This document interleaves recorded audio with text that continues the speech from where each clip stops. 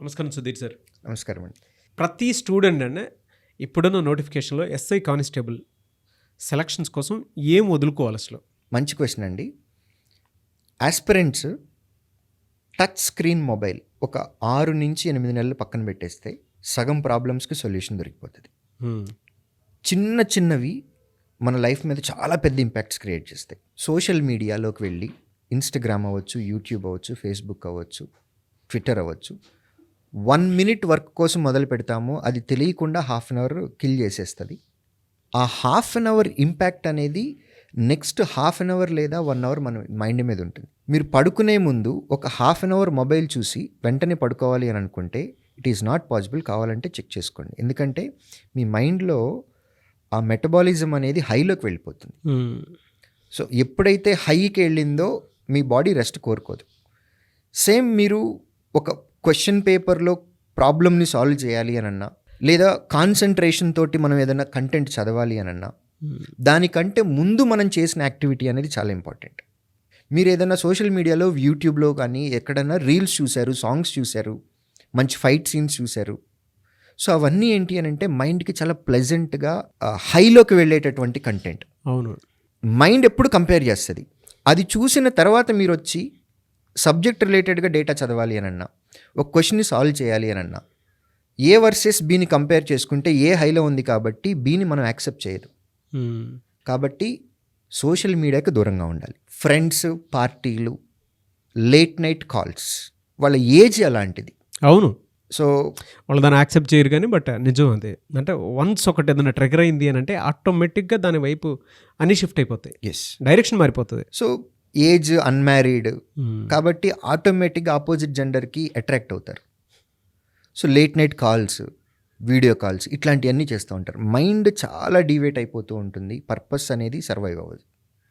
కాబట్టి late night calls మాట్లాడటం ఆపేసేయాలి. పార్టీలు, వీకెండ్ పార్టీలు ఆపేసేయాలి.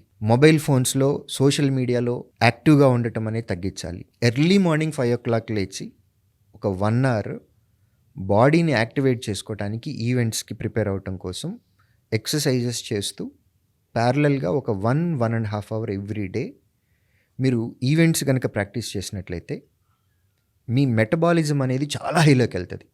మీ డే అంతా అది క్యారీ చేస్తుంది. సో వెరీ ఇంపార్టెంట్ ఎర్లీగా లెగవటం అనేది.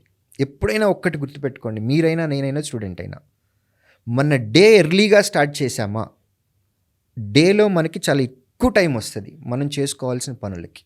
ఎందుకంటే ఎండ్ టైం ఆల్మోస్ట్ సేమ్ ఉంటుందండి. పడుకునే టైం ఒక 1/2 hour 1 hour అటు ఇటు తప్ప. ఎవ్రీడే మీరు 10 o'clock పడుకుంటారనుకోండి, హార్డ్లీ అయితే 9, 9:30, 10 అంతే. ఆ 1 hourలోనే అటు ఇటుగా జరుగుతుంది. బట్ ఎవ్రీడే మీరు 8 o'clock లేచేవాళ్ళు 5 o'clock లేవటం అలవాటు చేసుకోండి. డేలో మీకు చాలా ఎక్కువ టైం అవుతుంది. ఎక్కువ టైం వచ్చినప్పుడు ఎక్కువ పనులు చేసుకోవడానికి అవకాశం ఉంటుంది. సో డే బిగిన్ చేయటం చాలా ఎర్లీగా బిగిన్ చేయాలి. 5 o'clock లేచి ఈవెంట్స్ తోటి స్టార్ట్ చేయాలి. దాని తర్వాత ప్రిపరేషన్. సో ప్రిపరేషన్లో కూడా ఫ్రెండ్స్ అని చెప్పి, లేకపోతే రిలేటివ్స్ ఫంక్షన్స్ అని చెప్పి, ఇంట్లో ఫంక్షన్లని, పూజలని, పునస్కారాలని టైం వేస్ట్ చేసుకోవద్దు. సో టెంపుల్కి వెళ్ళొద్దా, చర్చికి వెళ్ళొద్దా, మాస్క్కి వెళ్ళొద్దా అనేది నేను అన్నట్లా. ఫర్ ప్లెజెన్స్, మీ మైండ్ ప్లెజెంట్గా ఉండటం కోసం మీరు వెళ్తారా వెళ్ళండి, బట్ ఎక్కువ టైం వేస్ట్ చేయొద్దు. వెళ్ళిన పర్పస్ కంప్లీట్ చేసుకోవటం, మళ్ళీ వచ్చేయటం, మళ్ళీ అగైన్ ప్రిపరేషన్. అల్టిమేట్గా మీరు చదివేటటువంటి కంటెంట్, మీరు ప్రిపేర్ అవుతున్నటువంటి మెటీరియల్, మీరు చేసేటటువంటి ప్రాక్టీస్, మీ రివిజన్, ఇవి మాత్రమే మిమ్మల్ని ఉద్యోగానికి దగ్గరికి తీసుకువెళ్తాయి. మధ్యలో ఏ ఫ్యాక్టర్స్ కూడా మీకు ఉద్యోగానికి తెచ్చుకునే ప్రాసెస్లో హెల్ప్ అవ్వవు. మైండ్ని ప్లెజెంట్గా ఉండటం కోసం, మనం సంతోషంగా ఉండటం కోసం, చదివింది అర్థం చేసుకోవటం కోసం, మన మోటివేషన్ కోసం మధ్య మధ్యలో ఏమైనా చేయాలి. ఒక ఫ్రెండ్ ఉన్నారు, ఫర్ ఎగ్జాంపుల్ నేను లోలో ఉన్నాను బాగా, ఒక ఫ్రెండ్తో మాట్లాడితే, లేదా ఒక టీచర్తో మాట్లాడితే, లేదా అమ్మతో కానీ, నాన్నతో కానీ, అక్కతో కానీ, అన్నతో కానీ మాట్లాడితే మళ్ళీ నేను మోటివేట్ అవ్వగలను అని అనిపించింది. సో అట్లాంటి టైంలో నేను పావు గంట కాదు, గంట కాదు, 1.5 hour అయినా సరే వాళ్ళతో స్పెండ్ చేసి అల్టిమేట్గా మళ్ళీ నేను రీట్రాక్లోకి రావాలి. సో దానికోసం స్పెండ్ చేయొచ్చు. అంతే తప్ప వయసు ప్రభావం వల్ల ఆపోజిట్ జెండర్ కోసం, లేదా ఫ్రెండ్ కోసమో, లేకపోతే పార్టీ కోసమో, మూవీ కోసమో ఇలాగ కాకుండా టైం వేస్ట్ చేయకుండా ఫోకస్ అనేది ఎప్పుడు ప్రిపరేషన్ మీద ఉండాలి. నోటిఫికేషన్ వచ్చేసింది ఆల్రెడీ, ఇంకా ఆన్లైన్లో అప్లికేషన్ స్టార్ట్ అవ్వలేదు. నోటిఫికేషన్ వచ్చిందని తెలుసు కాబట్టి ప్రతి మనిషికి ఒకే టైంలో 2 పనులు ఉండటం అనేది సహజం. ఆ 2 పనులలో ప్రియారిటీ నేర్చుకోవటం అనేది మన చేతుల్లో ఉన్నది. మీ డే మీ చేతుల్లోనే ఉన్నది. ఎగ్జామ్ పెట్టబోతున్నారు, అది ఒక కామన్ ఎగ్జామ్. రాష్ట్ర వ్యాప్తంగా ఉన్నటువంటి యువత మొత్తం, నిరుద్యోగ యువత, పోలీసు ఉద్యోగాలకు ప్రిపేర్ అవుతున్నటువంటి అందరూ కూడా అదే ఎగ్జామ్ రాస్తున్నారు. సో నీకు ఏ ఆపర్చునిటీ అయితే ఉందో మిగిలిన వాళ్ళకు కూడా అదే ఆపర్చునిటీ ఉంది. ఇలాంటి కాంపిటేటివ్ ఎగ్జామ్లో మీరు ప్రిపేర్ అయ్యి పరీక్ష రాసి ఉద్యోగం తెచ్చుకోవాలి అని అంటే మీరు చేసేటటువంటి చిన్న చిన్న తప్పుల వల్ల మీకు ఉద్యోగం దూరం అవుతుంది. అదే ఎగ్జామ్ రాసి ఇంకొకరు సెలక్షన్ తెచ్చుకుంటున్నారు అంటే మీకంటే వాళ్ళు ఏదో బెటర్గా చేశారు. ఆ అవకాశాన్ని మీరు చేతులారా వేరే వాళ్ళకి దారబోయకండి. మీరు చేసేటటువంటి చిన్న చిన్న తప్పుల వల్లే మీకు రావాల్సిన ఉద్యోగం, మీ ఫ్యామిలీకి మీకు రావాల్సినటువంటి సొసైటీలో రెస్పెక్ట్, మీకు రావాల్సిన జీతభత్యాలు, మీ బ్యూటిఫుల్ కెరియర్, మీరు అంటే ఒక్క పర్సనే కాదు, ఎంటైర్ ఫ్యామిలీ, అది మీరు చేసే చిన్న చిన్న తప్పుల వల్ల మీకు కాకుండా పోయి ఇంకొక మనిషికి వస్తుంది. సో అటువంటి చిన్న చిన్న జాగ్రత్తలు తీసుకోవాలి. కొన్ని రోజులు వ్యసనాలకు దూరంగా ఉండండి. మంచి అలవాట్లు కొన్ని రోజులు మెయింటైన్ చేయండి. జీవితాంతం మెయింటైన్ చేస్తే చాలా సంతోషం. వ్యసనాలు ఏమైనా ఉంటే వాటికి దూరంగా ఉండండి. టైం వేస్ట్ అస్సలు చేయొద్దు.